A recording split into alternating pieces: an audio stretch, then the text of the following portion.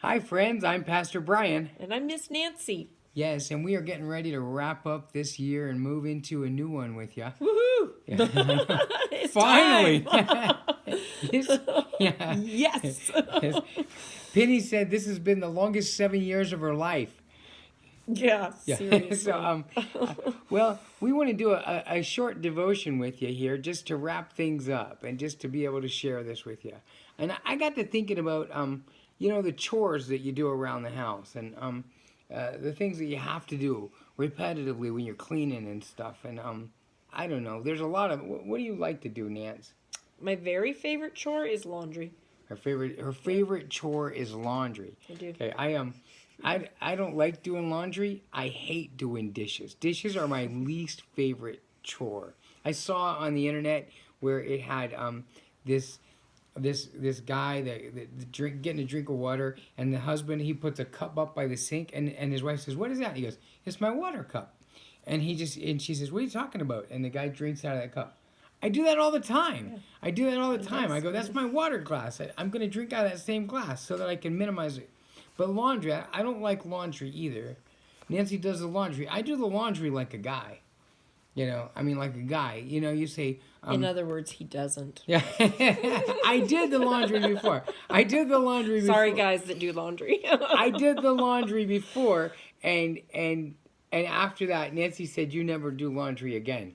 So that is. I have been Well, banned. it is my favorite. I have been banned from the laundry. But what she'll say, "Hey, is that shirt need washed?" And I say, "No, it's good." I don't wash it unless it has to be washed. Whereas the girls, Brianna and Danielle, even more so than Nance, I'm not quite so sure. But man, they put something on. They just change the shirt and it goes right in the laundry. It's like it touches them and they have to put it. I go, "What are you doing?" They go, "Well, I put the shirt on and now it's dirty." And I think, didn't you take a shower? You took a bath. What are you, like the dirt monger? As soon as something touches you, it's already filthy. It's like these lepers, unclean, unclean. It's like I don't like to do it, but I understand the necessity of doing these things and cleaning up and getting things ready and getting things prepared, and it's really important. We make our bed in the morning, and I've always thought that's a completely useless endeavor. I'm gonna mess it up again anyway. What's the point? But I guess Nancy thinks God sees it, but I don't know what God needs our bed made for. He doesn't sleep or slumber. But all the same, we need to be cleaned up. We need to be ready. And I know that it's the Lord that has to do that for us. And I look at this year and I thought, man, we are ready. We are ready to clean everything out and start over again, just to have a new year. And I am excited, anxious, and appreciative of the fact that the new year gives you a new beginning. I feel like we really need one. Although I got to be honest, I feel like this time we need to pitch it out because I'm not going to put any new wine in the old wineskins. This year just needs to go. I'm ready for a new one. But I also thought, as I started looking at the year, how many things went bad and stuff, but they were on a big scale. They weren't really on a little scale. I mean, for some people, they lost loved ones. People died from COVID, and folks lost their jobs. There were a lot of things like that personal hits that people took.